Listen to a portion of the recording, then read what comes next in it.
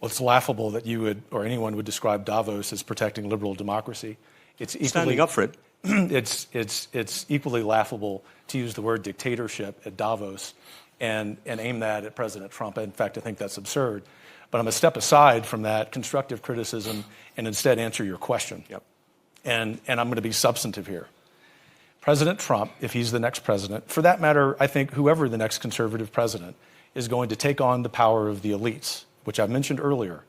But the thing that I want to drive home here, the very reason that I'm here at Davos, is to explain to many people in this room and who are watching, with all due respect, nothing personal, but that you're part of the problem. Political elites tell the average people on 3 or 4 or 5 issues that the reality is X, when in fact reality is Y. Take immigration. Elites tell us that open borders and even illegal immigration are okay. The average person tells us in the United States that both rob them of the American way of life. They're right. President Trump will take that on behalf of the average American.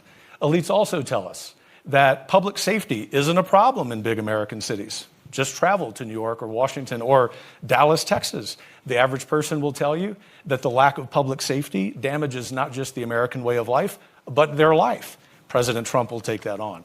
Thirdly, I guess the favorite at the World Economic Forum is climate change. Elites tell us that we have this existential crisis with so-called climate change, so much so that climate alarmism is probably the greatest cause for mental health crisis in the world.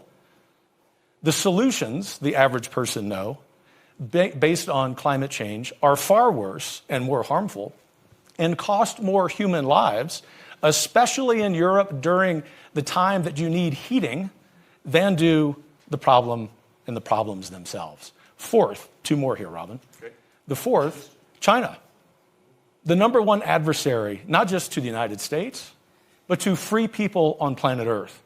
Not only do we at Davos not say that, we give the Chinese Communist Party a platform. Count on President Trump ending that nonsense.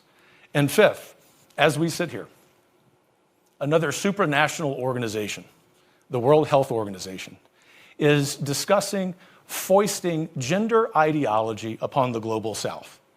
These are practices that are under review, if not being rejected, by countries in Northern Europe. The new president, especially if it's President Trump, will, as you like to say, trust the science. He will understand the basic biological reality of manhood and womanhood. And do you know why?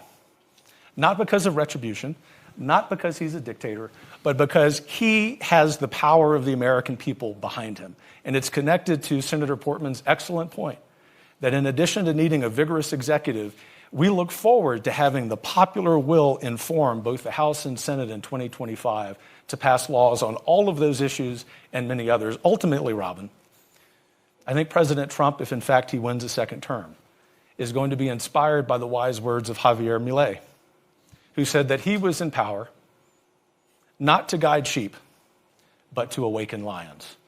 That's what the average American and the average free person on planet Earth wants out of leaders.